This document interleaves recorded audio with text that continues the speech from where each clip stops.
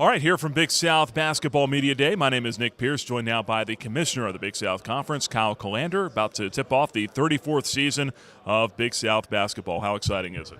It's really exciting, especially this year. As we looked at the progress we made last year with Winthrop getting a 13 seed, as hard as we've been working to really trend basketball in a positive direction, we're really excited to take the next step in Big South basketball. And another reason for being so excited is the number of great student athletes we have coming back.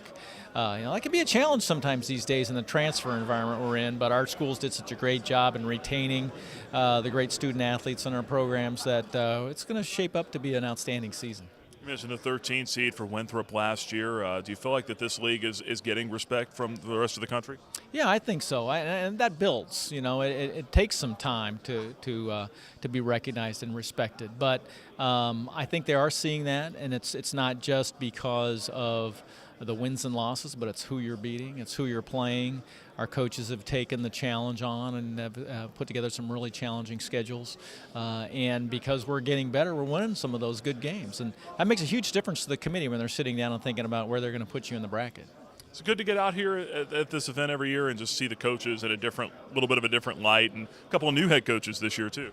Yeah, two great new head coaches with Lynette Woodard at Winthrop and women's basketball, of course, a Hall of Famer in the WNBA, and then Dustin Kearns at PC comes over from Wofford. He's going to do an outstanding job. And they're really good, bright young minds that's added to a group of coaches that I just really enjoy working with. They're engaged, they're interested, they support the conference and what we're trying to do overall.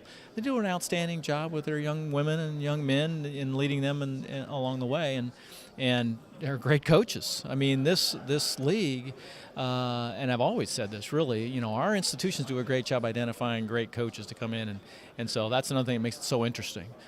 It's like no matter what happens in non-conference play, you get to the conference and, all bets are off. You have no idea because these coaches do such a great job preparing their student athletes for the games. Yeah, certainly want to see some of those non-conference games turn into wins and they have over the last couple of years for these programs, hence the reason the league is getting more respect. But great coaches, great players. You had today a lot to say about the state of college basketball, though, and some of the unfortunate scandals that have happened here recently. But you had a lot of good ideas to push this thing forward.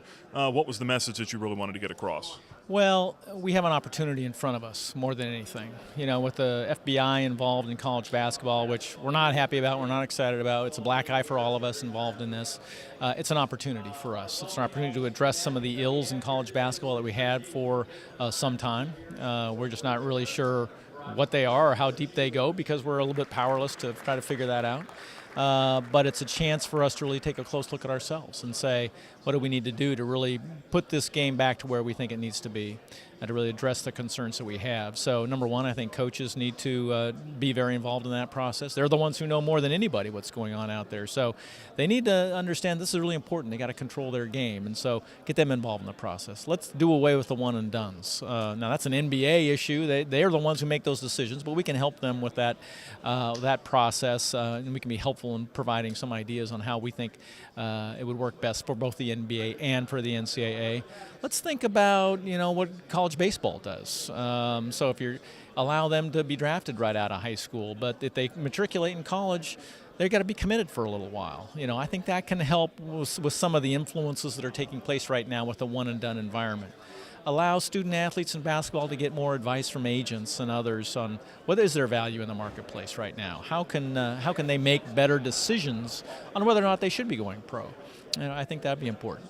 I think not related to basketball as much, but let's provide some more flexibility for student athletes to get more benefits through their name and likeness.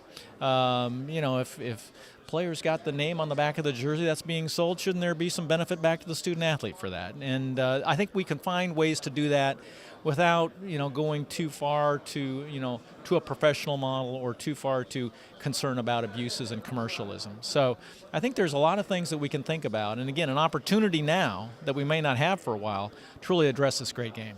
Yeah, I really thought that was one of the more intriguing parts of the proposals that you had set forward, was allowing players to get some kickback off of their likeness. That's something that has really not there's really never been an opportunity for that for players. But where is the line on that with getting those benefits? And as you said, you're not an advocate for pay to play, but where is that line?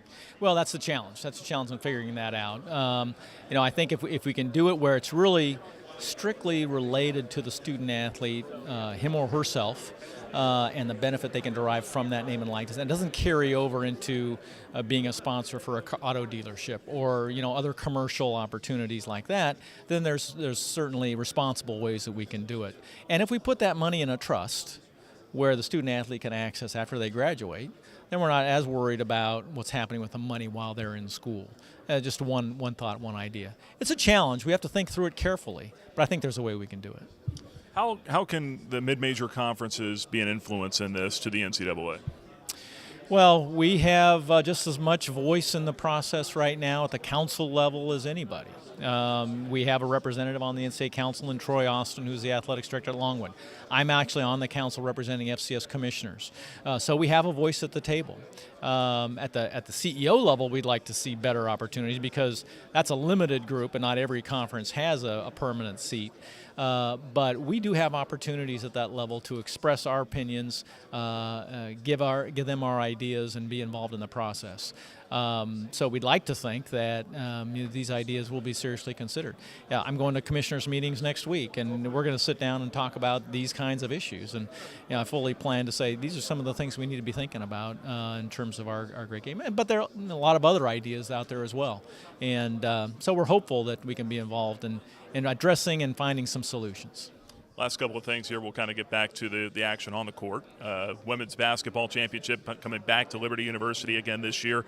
Last year, what was the experience like there, and what can we expect this year? Yeah, Liberty always does a great job hosting championships. We were talking about the cross-country championship coming up that Liberty's hosting. I'm really sure you'll do a great job. And so it was a great experience for our student athletes and for our teams. Looking at every detail and trying to enhance the student-athlete experience up there, and I really feel great about that. Obviously, from Liberty's perspective, they weren't as happy because the Lady Flames weren't as successful as you'd like them to be, certainly. I'm not worried about Kerry Green's program, by the way. I mean, he does an outstanding job. We have 2 more years on our contract with Liberty and feel very good about the event. And, again, our women's basketball student athletes are really going to enjoy the opportunity to play for the conference championship in Lynchburg. Men's tournament moving forward, do you want to see a centralized location for that? If we found a neutral site that we felt like achieved the goals that we wanted to achieve, we would certainly take a very strong, close look at that. Our coaches are in favor of doing something like that. We just haven't found that yet. So the model that we currently have, where we play at what we call earned seeds, I think is really good. It drives interest back in the regular season because now you have a lot to play for. You have a chance to play for hosting games rather than just the color of your jersey in the tournament. It drives interest on the fan side of things in terms of where you are. It rewards your performance in the regular season. It provides great atmosphere at the championship, which is important to our television partner ESPN, by the way. They love to see a packed house for that championship game on ESPN. And so that atmosphere and that attendance, really is important for the student-athlete experience as well. And maybe most importantly, generally speaking, with that kind of a format, you're going to have one of your better teams represent you in the NCAA championship. As we talk about our strategic plan and the importance of basketball and the importance of national success in basketball, nothing is equal to winning games in the NCAA men's basketball championship. And your chances of doing that are through getting a good seed, getting a good matchup, and moving forward. So all those kind of play towards that ultimate goal of being successful nationally in basketball. One last thing here. You mentioned the television partner, ESPN. What are the television plans here this year for Big South basketball, and when can we expect those? Well, we're excited about the package this year. We once again have our schedule of 4 wild card opportunities on ESPNU.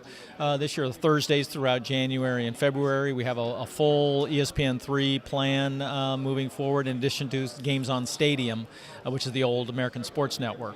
And in addition to that, we've got Big South Network. So every home men's and women's basketball game is televised either on Big South Network or on one of the other television platforms. So it's great exposure for our student athletes. What's interesting is that we've got 2 more years left on our ESPN deal. So next year at this time we're probably talking about a new agreement, whether it's with ESPN or somebody else. But we'll begin that renegotiation process soon.